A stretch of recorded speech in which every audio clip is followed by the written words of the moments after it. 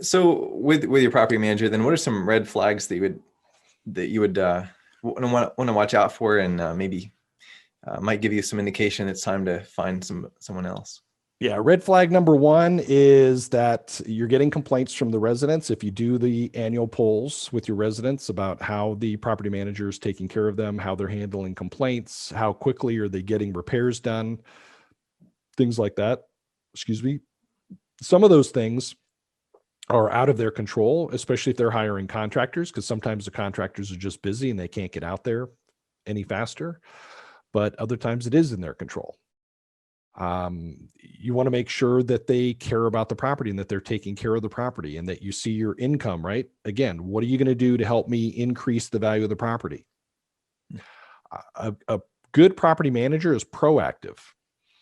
They don't come to you, or you don't go to them and say, hey, we think we should raise the rent. They should be coming to you and saying, hey, we've done what's called a lease survey or a rental survey, and we've gone out and surveyed all the other surrounding competitive properties, and we believe you can raise the rent X amount of dollars a month because of the survey that we did. That's what a good property manager should do. We think we should change from this service provider to that service provider because we believe we're going to help save you an extra 20% a year on expenses. That's what a good property manager does. Yeah. You constantly have to go to your manager and say, hey, can you go do a rental survey? And of course, that's one of the questions you ask them before you hire them is, can you provide me with a rental survey? And a lot of my students will say, well, you know what? Well, why would a manager give me a rental survey when I haven't hired them yet? It's easy. They want you to hire them, and that's why they're going to give you the rental survey. But they should be coming to you with that rental survey, right? You shouldn't have to keep going to them and prodding them to give you the rental survey.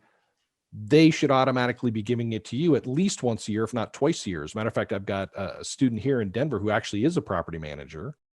And of course, she manages A-class properties. She does a rental survey every month for her owners.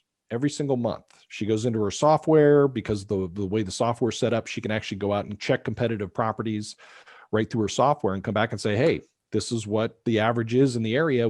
You should raise the rent $25, $30, $50, $100 a month.